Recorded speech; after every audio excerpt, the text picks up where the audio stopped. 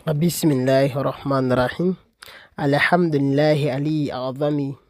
بالجبروت والجبال أفخمي بنى السماوات بغير سلمي نحمده عز وجل ونشكره على نعمه التي أنعم علينا ونصلي ونسلم على حبيبنا مولانا محمد صلى الله عليه وسلم وبعد. atuyongerayo mu maaso twebaza Allah tabaraka wataala tumusaba Allah asookusaasira ebyengera n'emirembe ku nabbi waffe Muhammadin sallallahu alaihi wasallam. Atukuuta akatabo kaffe aka usulu tafsiri. Akatabo kano aka usulu tafsiri aka sana athalithatu athanawiya aka senior 6 ey'Oluwarabu eyaffe waneeno. Akatabo kano topic esooka eyitibwa annasikhu walmansukhu. Annasikhu walmansukhu ye topiki esooka mu katabo kano, tujja kuba tukayitamu mangu tukasharaha insha Allah tabaraka wa taala. Lwero luno tujja kulaba ku taarifu annasikhu walmansukhu lugatan wa istilahan. Ekigambo annasikhu walmansukhu, nasikhu ebeera ku wazinu oba ku kipimo ekya faa'ilu nti kyekibeera yabeera omukozi w'ekikolwa ekyo. Nti anasikhu ye aya ejja ng'esangulawo yine waayo, then mansukhu ye aya eba esanguddwawo oba ejjiddwawo okulamula kwayo. Eyinza okubeera nga ejjiddwawo nga mweri mu Qur'an esomwa wabula nga tetukyagikolerako la yu'maru biha. Tujja kuba tulaba ebintu ebyo insha Allah tabaraka wa taala. Tugamba wano eno nti ekigambo awalan number 1 tujja kulaba taarifu annasikhu walmansukhu lugatan wa istilahan. Taarifu eba definition, tujja kulaba definition y'ekigambo annasikhu. Nasikhu abana tafsiri bategeeramu ki? Abana Qur'an bategeeza ki mu kigambo nasikhu? Walmansukhu ne mansukhu kyekiriwa tebategeeza ki mu lulimi Oluwarabu? Lugatan deni wasilahan ne mufani y'abatafsiri abana tafsiri bamufasirina bategeeramu ki ekigambo ekyo. Tugamba wano nti namba 1 annasikhu lugatan. Ekigambo nasikhu lugatan tugamba nti isimu fa'ilu. Nasikhu nagamba kiri ku wazinu fa'ilu oba kiri ku kipimo eky'omukozi, nti isimu fa'ilu linnya lyaki? Lya mukozi. Walmansukhu ate mansukhu isimu maf'ulin, eyo linnya eryoyo akoleddwako ekikolwa oba ekikoleddwako ekikolwa. So nasikhu ye aya ekola omulimu gw'okusangula, then almansukhu ye aya ekoleddwako ekikolwa ekyokusangula. Ye aya gye bakoze eki? Baggyeewo ba hukumu gye bakoze eki? Eba ejjiddwawo ne bazzaawo endala mu mbeera bwetyo. Nambano nti wakilahuma nasikhi, byonna ebigambo ebyo biva mu kigambo nasikhi. Ekigambo nasikhi ojja kulaba amakulu gaakyo mu lulimi Oluwarabu. Then wa nasikhi fi lugha, ekigambo nasikhi mu lulimi Oluwarabu okyogera Omuwarabu kyategeeramu. Tugamba nti wa nasikhi fi lugha yutlaku ala ma'anin kathira minha, ng'ekigambo ekyo kikozesebwa mu makulu ag'enjawulo nga mangiko muggo egano wano wammanga. Amakulu agasooka namba 1 almahwu wal izalatu. Almahwu wal izalatu, okusangula oba okugjawo. Izaala kwe kweggyako ekintu n'okigirawo ddala n'okisangulawo. Walmahwu era kwe kusangula. Olaba nti owandiise ku blackboard ebigambo n'ojja n'obikola ki? N'obimahawa n'obisangulawo. Nagamba nti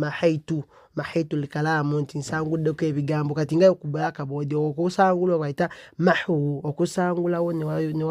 waggwawo ki? Oba izaala kwe kweggyako. Olaba omuntu obadde otambula n'olinnya mu nagisi oba ne bakusambuliza enagisi, kati okusangula bayita izaala. Okwo kwetukuza, okwo obeera nga weggyako enagisi ey'okusangula, bayita okwesangula oba al izaalatu. So tugamba nti mu makulu agasooka ekigambo nasikhi kikozesebwa Abawarabu bategeeza okusangula ekintu oba okuggyawo ekintu, okukyeggyako. Takulu nti omuntu osobola ogamba nti nasakhati shamsu adhilla, nti omusana guggyeewo ekisiikirize. So nti omusana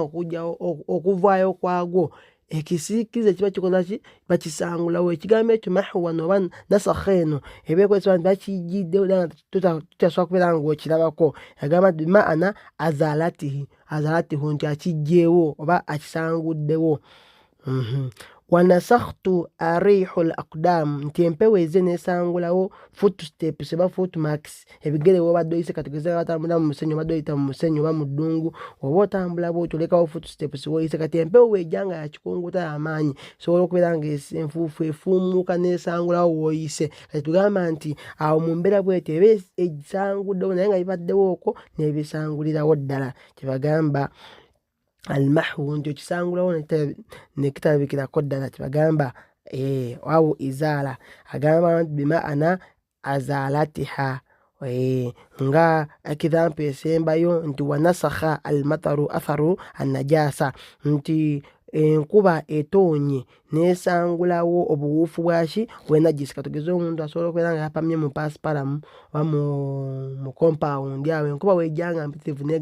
netwala buli kimu ekigenda kati netugamba nti enkuba esanguddewo obuwuufu bwaki obwenajisi najisi ebadde wano kikyasobola kubeera nga ogiraba olwokuba nti enkuba wezze esanguddewo nekolaki nebitwala so mu mbeera bwetyo tugamba nti ge makulu agasooka ano bimaana azaalahu nti ejjeewo ki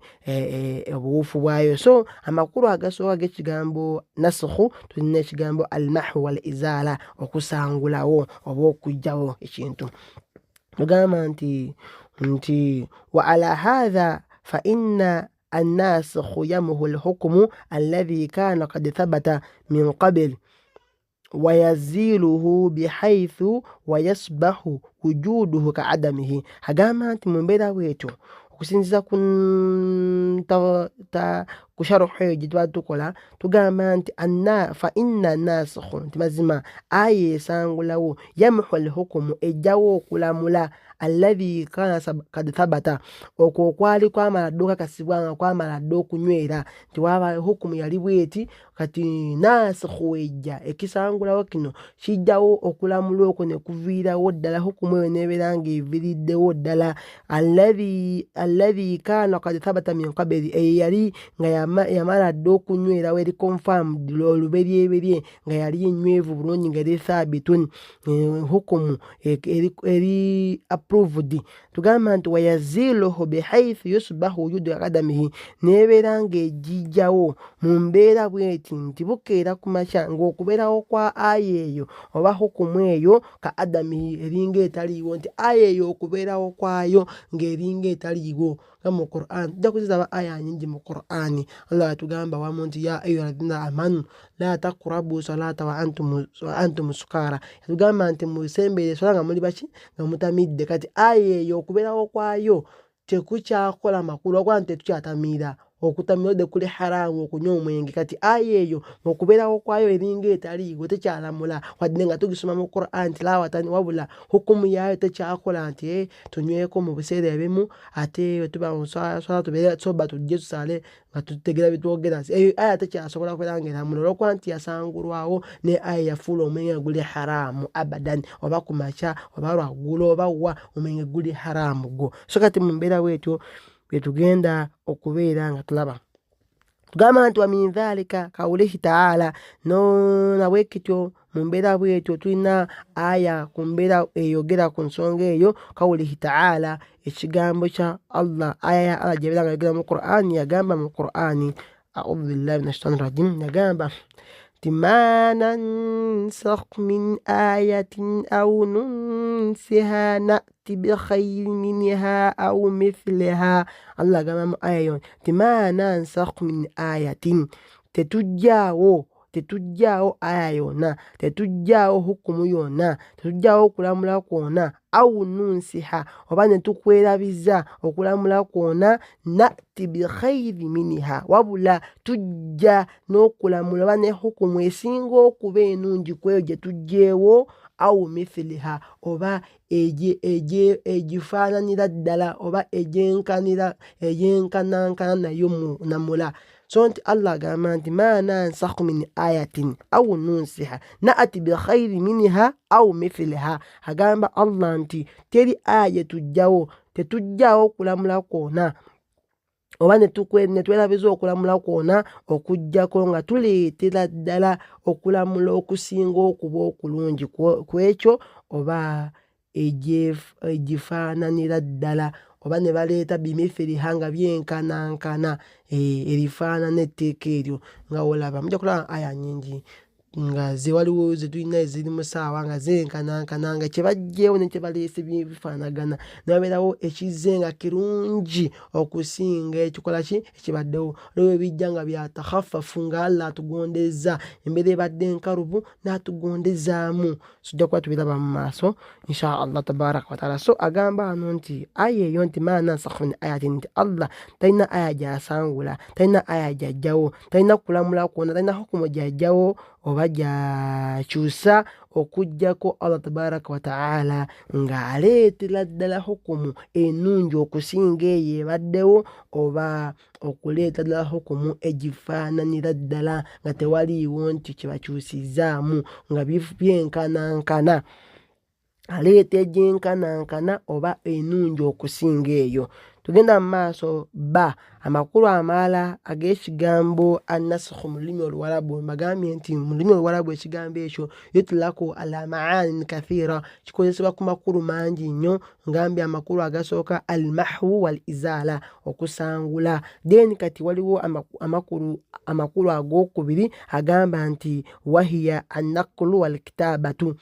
copy and paste, okukoopolola ekintu n'okiwandiika wala oba n'okijja wano kujjula okukijja wano n'okinakkala n'okizza ewalala, okukopoola ekintu n'okijja wano n'okizza ewalala, copy and paste, annaqlu wal kitaabatu. Tiwaliwo ekigambo nasakhu mu lulimi oluwarabu ekikozesebwa nga kitegeeza okoopinga ekintu n'okikola ki n'okizza ewalala, naye nga wali wano kitegeeza nti okoopye kisigalawo, asolo esigalawo nozzako wali ng'onaakopa ekitabo waka tugeze ogenze mu fiqhu sunna ya Sayyidi Sabiq n'okopamu babu kazosola ng'ogikopye mu kitabo ekyo naye nga ne origin ekoze eki esigaddewo. So twagamba wano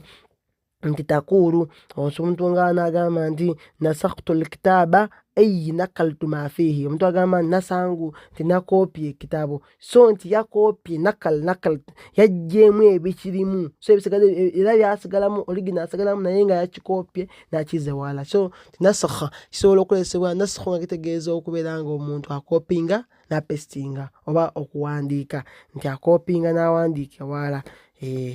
okukopa ekintu n'okizza wala oba okujjulula. Agamba nti waminihu kawulihi ta'ala, era mu kyo mulimu aya ya Allah gyabeera ng'ayogera ng'esemba ey'amakulu ago. Agamba nti inna kunna nasitansakhu ma kuntum ta'lamun. Allah agamba mu aya eyo nti ffe mazima ffe twalinga nastansakhu nga tuwandiika byonna byemukola, so nti buli kyokola Allah yakikopa bulungi nga bw'okikoze n'akiwandiika wali ebbali. So olunaku lw'ekiyama Allah ajja kuwa ekitabo kiri buli kyewakolanga, so nti Allah yabinakkalanga buli kimu ng'akiwa. So nasakha wano aya ekigambo kino kigambo nti nastansakhu, titwalinga tuwandiika byonna byemukola ki byemwalinga mukola. Nagamba wano nti ayyi nunakiru wa naktubu ma kuntum ta'lamun, nti twakopanga ne tuwandiika byonna byemukola ki byemwalinga mukola. So byonna bye tukola ku nsi kuno Allah abiwandiika, naye ekigambo kyakozesa mu kubiwandiika yagamba nasakhu. So wano nasakhu kitegeeza copy and paste oba alkitaaba, naklu wal kitaaba, nti okukopinga wali ekintu n'okiwandiika wano nti gw'okikola Allah n'akulaba bulungi bw'ati n'akiwandiika nga bw'okikoze, so nti abinakkala bunakazi wali n'abiwandiika nga w'obikoze lubanga lutambi. Era ku lunaku lw'ekiyama Allah ajja kuwa ekitabo kyo nga buli kyewakola nga mwekiri, oba wasooza gundi oba wavuma gundi oba wakolayo akalima akalungi nga kiri mu kitabo kyo Allah ng'abiwandiika byonna byonna. So mu aya eno kitegeeza nti amakulu g'ekigambo nasakha wamu kitegeeza kiba kikozesa nga kitegeeza anaklu wal kitaaba, okukopinga n'okupestinga oba okuwandiika. Tugenda mu maaso nagamba nti wa ala hadha fa inna annasikhu yankulu hukumu wa yuhawwiluhu min darajati alwujubu ila nadab au al-aks wa min al-umum ila al-khusus au al-aks. Agamba nti ala dhalika wa ala dhalika, okusinziirako ebyo tuba okunyonyola awo, agamba nti fa inna nasikhu, nti mazima aya esangula, yankilu lhukumu, ekyusa oba ejjawo okulamula, wayuhawwiruhu n'ekukyusiza ddala okulamula okwo min darajatil wujubu okuva ku daraja yebaddeko ba level gyebaddeko oba kibadde wajibu esobola okubeera nga ekikyusa okuva ku wajibu kwe kibadde ila nadabu okukiza mu kya sunna tekibadde wajibu kiri compulsory nekifuka nga kiri kya sunna kya muntu nti oba ekikoze ofuna empeera atokikoze tovunaana tewali musango gwona njakuba mubiraba ebintu ebyo mu mbeera ez'enjawulo nga aya ez'enjawulo mu Qur'ani waliwo aya Allah yabeera nga agamba abasahaba babeerenga oba ogenda Nabi Muhammad okubaako nekyomwebuuzaako omuweeyo kaddameyo akasente kati Allah yakyusa etteeka eyo n'agamba nti bamukalubiriziddwa mu mbeera bweti Allah musonyiyi gye muli teyabagamba nti mukole bwe muti so n'abeera nga akijjawo naye nga talina kyakyusizaawo nti abawe kye baba bakola so nga kibadde wajibu kifuuse sunna oba oyagala muwe oba kikalubiriza n'obeera nga okireka nga tofuna musango nga ate omubuuziza n'otamuwaayo kasente koona so mu mbeera bwetyo tujja kuba tubiraba wano agamba nti eno nasikhu aya ezenga esangula ekyusa okulamula okubaddewo oba nekunakala nekujja ku level yekubaddeko nti okubadde nga kiri wajibu nekifuuka kya sunna awul aksi oba ne opposite wakyo oba ekibadde sunna nekifuuka wajibu ensonga ebadde sunna Allah agifula wajibu mu mbeera bwetyo wagamba nti min al-umum ila al-khusus ekibadde kibuna nga kiriko kibuna fena nekidda ku bantu abali special olaba nti waliwo aya ezimu nga zispecializinga abantu ab'enjawulo nga mukyala naye mujjamu aya naye nga mu kusooka Allah yagamba ya ayyuhalladhina amanu idha nudiya li salati fi yawmi al-jumu'a fas'aw ila dhikrillah kati aya ezange tubuna fena buli abakkiriza baba mubamu n'abakyala nebeerawo aya oba nebeerawo hukumu ejange nga ekhasasa nejjamu nti awa juma eri wajibu ku basajja feeka abakyala wadde nabo bakkiriza mu aya babakoowodde nebeera nga waliwo ejange ekhasasa ejjamu nti ekyo kiri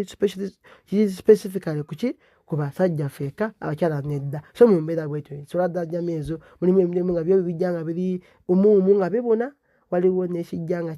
kikhasasa nti kino kyo kyabano bokka nga zaka biti nti amugagga yeka yabawaayo naye nga ate zaka pajja busaamu nomwe alina okubeera nga agiwaayo naye tolina busobozi kati gwe ne bakugjamu olw'obusobozi mu mbeera bwetyo ebigamba nti waliwo hukumu ezijja nga ebibadde biri amu nga bibuna nebifuuka khaasu nebeera special ku bantu abamu awul aksi oba ekibadde khaasa nekifuuka umuman kifuuka nga kiri amu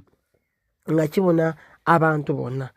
jakuba tubiraba mu maaso n'agamba nti wanasikhu fi hatha albaabu wabula ate nasikhu okusangula kwe twogerako mu mulyango guno eno yutulaku ala almahu wal izaala kikozesebwa ku kigambo kiri ekisoose almahu wal izaala okukola ki okusangulawo oba okugjawo itulakan mu mbeera generally kyetwagala okukolesebwako kyekiri nti okubeera nga kisanguddewo ddala kijjewo hukumu eyo nga tekyakola ki tekyalamulira ddala mu mbeera bwetyo then itulakan hakikiya mu butuufu bwakyo hakikiya not si majaziya waliwo ebintu tukozesebwa majaziya basomako mu balaaga jakuba tulaba mu balaaga inshallah bana bagumiikiriza tusinga tuse ku balaaga mulimu ebintu ebimu tukozesa majaziya ebigambo ebimu waliwo ebigambo bikozesebwa hakikiya n'ebigambo nga bikozesebwa majaziya nga wona agamba ekigambo nagamba nti lengera embooko ekigambo hakikatali ekigambo embooko kyetumanyi batumutegeezamu al asa oba asauti embooko eno gye bakubisa omwana oba gye tukubisa omuntu nga tupanishinga naye omuntu asobola agamba nti lengera embooko ng'agamba muntu agamba baba embwa eyo erina sente hakikatan embwa gye tumanyi edoogo embwa eno ekisoro kati omuntu agamba ati baba embwa erina sente ng'ategeeza ate muntu kati ekigambo baba bakyewozeeyo ne bakikolesa mu mbeera yaki majaziya ey'okubeera nga beewoze ekigambo bakikozesa mu mbeera ne bakituuzaawo naye nga si kyekyawo nga bonalaba nti balengera mashini nga mashini gyagamba si mashini gyetumanyi ffe ezikozesa zino ebyuma wabula nga agamba oluusi motoka obeera balengera egaali naye nga gaali gyagamba motoka nga tumanyi gaali ye bicycle so mu mbeera bwetyo tujja kuba tubiraba ebintu ebyo olwasobola ogamba nti lengera baba egaali naye gaali gyagamba agamba mukyala embwa eyo babeerina amagezi naye ng'embwa gyagamba muntu so tujja biraba ebintu ebyo kati wano tugamba nti ekigambo kino mu baabu eno mu mulyango guno ogwa tafusiiri abannatafusiiri bo bamufasiriine ekigambo kyageza nasikh bakikolesa ku mahwu wal izaala haqiqatani oba itlakan hakikiya generally mu butuufu bwakyo bakozesa bategeezaamu al mahwu wal izaala deni mu butuufu deni wayutlaku ala nakiri wal kitaaba wa tahwili itlakan majaziya kyembadde njogerako nekikozesebwa nga kitegeezaamu anakil copy and paste mu mbeera wa tahwili n'okukyusa wal kitaaba wa tahwili n'okukyusa itlakan generally nga bategeeza majaziya so kino kigaba bakyewuuza ne bakiteekawo kubanga ekintu kyosangudde tuba tumanya nti nakubeera nga tekisigaddewo atharu naye ekyo bayita izaala n'ojjawo atharu yaakyo oba obuwuufu bwakyo kati ate kyetugamba nti nakil so obuwuufu bwakyo oba busokoza ki busigalawo so ekigambo kino hakikiya bakubuuza nti maana al nasikhu hakikiya wa itlaqan hakikiya tugamba nti huwa al mahwu wal izala leni bakubuuza nga kikoyo huma huwa ma maana النسخ لغة في واتي نبغى إطلاقا مجازيا مجمع شيء وزا تجمع هو النقل والكتابة هذا كده كسبورونج تجمع لأنه في نقل يبقى الأصل روكوانغا مكوكوبا وسجلاو أصل وسجلاو والمنقول منه أصل وسجلاو نبيو إبيجيدوا ميو من غير mahwahu au izalatuhu nga tekijiddwawo ekitali kukujjawo oba okusangulawo eri aya bwesangulwawo tugenda kuddamu kugirabirako ddala mujja kubiraba mu maaso awo inshaallah so mumbeera bwetyo nti ekigambo mahwu wal izaala yo babategeeza nti nga wetugambye mu example nti omusana guze ne gujjawo ekisiikirize so nti baba bakijjiddewo ddala kyakirabako ddala kivuddewo enkuba bwe nejjawo obuwuufu bwa najisi tuddamu kulaba buwuufu oba buvuddewo ddala ate nakilo wal kitaaba okukopa and paste asulu esigalawo gy'okoopyeko nti okopya ekitabo Riyadu Salihin nogiwandiika n'engalo zo origini esigalawo eri n'ebino by'owandiise nga bikola ki weebiri so mumbeera bwetyo nti wali kiba kikoleseddwa majaziya wali hakikiya hakikatan al-amru mu butuufu bw'ensonga ne wali mu nsonga ey'okubeera ng'ekigambo kikozeseddwako nga okusaagirira mu mbeera bwetyo so eyo gyebayita taarifu lugatan then tumaliriza ne taarifu eya naskhu wal mansukhu istilahan واصطلاحا nabagamba mu mateeka gaffe gano getusomeramu buli fanni ebaana abasajja baayo likulli fanni rijaalu buli aati ebaana abasajja baayo buli mu ilimu knowledge nayo ebaana abasajja baayo tuba tuli mu tafsiri tulina bamufasirina tuba tuli mu akida tulina abaakida tuba mu taarikh tuba ne bamuarikhuna abebyafaayo tuba mu fiki tuba ne bafukaha abamanyi baaki bafiku tuba mu hadithi tuba ne bamuhadithina mu mbeera bwetyo nti buli abantu abo bebateekawo taarifaati zineeno oba definition sinze nga ekintu bakitegeera katugamba nti tudda mu islahan ngoze ku bannatafsiri abamufasirina ekigambo nasikhu bategeeza kinga ovudde ku lulimi nga twadde mu lulimi oluwarabu nti ekigambo ekyo kikozesebwa mu lulimi oluwarabu bwekityo buli wokyogera omuwarabu kyasika amangu kyeyo kyenva okubeera nga mbasigira ekifaananyi nga tuzze mu islahan ngoze mu bannatafsiri mu busiraamu bwaffe bo bamufasirina bategeeramu ki ekigambo ekyo agamba number 1 nti annasikhu ekigambo nasikhu huwa rafu lhukumu هو رفع الحكم شرعي المتقدم بخطاب شرعي متأخر عنه تقام أنت اشيتي والنسخ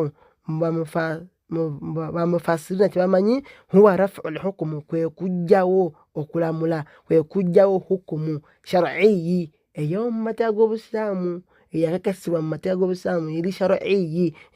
almutakaddimu eyakulembera kusangulawo oba kwe kuggyawo hukumu eyabadde eyamala okubeera ng'ethabata eyakulembera oluberyeberye bikhitaabin shar'iyyi ng'okozesa ate era daliiru ng'okozesa era obujulizi ng'okozesa nassu yonna era engeri yayo ya shar'iyya baitha Qur'ani oba hadithi agamba nti mutaakhiru anhu eyeze oluvannyuma oba ezze oluvannyuma lw'eri kati eri yakulembera eze oluberyeberye kati eneze oluvannyuma nesangulawo hukumu yakulembera so nti kwe kubeera ng'ojjawo hukumu oba ojjawo okulamula oba ojjawo enamula eyakulembera ng'okozesa hukumu oba ng'okozesa obujulizi obuzze oluvannyuma lw'okulamula okwo kwali kuwakulembera bakitegerekese naye nga kyekyo nti huwa rafu lhukumu kwe kubeera ng'ojjawo okulamula oba hukumu ashar'iyyi naye nga hukumu gy'ojjawo yanki ya shar'iyyi yaffe mateeka gaffe busiraamu si bino wadha'i bino byaffe ebyawano ebiteekebwawo abantu wabula eno shar'iyyi shari'u gwe tumanyi ye Allah n'omubaka we n'abamanyi nga wegenda obiraba mu maaso eyo ashari'u ateeka amateeka gaffe ye Allah tabaraka wa taala kati kwe kujjawo amateeka ago Allah ge yabeera nga akakasiza ddala agakulembera ng'okolesa ate etteeka ddala naye nga lyokozesa nabujulizi okuva mu Qur'an era Allah mwenyini nga yaleese oba hadithi y'omubaka ojja biraba mu maaso eyo ng'agamba nti mutaakhiru anhu obuzze oluvannyuma oba obusembyeyo okujja nti buli obwakulembera ne buva ne busangulwawo buno obuzze oluvannyuma lwabo deni ba'u namba B almansukhu kyebayita mansukhu oba ekisanguddwa tugamba nti huwa lihukumu almarfuu alladhi la yu'malu bihi tugamba nti ye hukumu kwe kulamula okwo almarfuu okuggiddwawo alladhi la yu'malu bihi okwo kwe tutakolerako wadde nga wekulinga walaba aya gye mbadde mbasomedde ey'omwenge nti wadde nga aya weeri tugisoma naye nga tekyalamula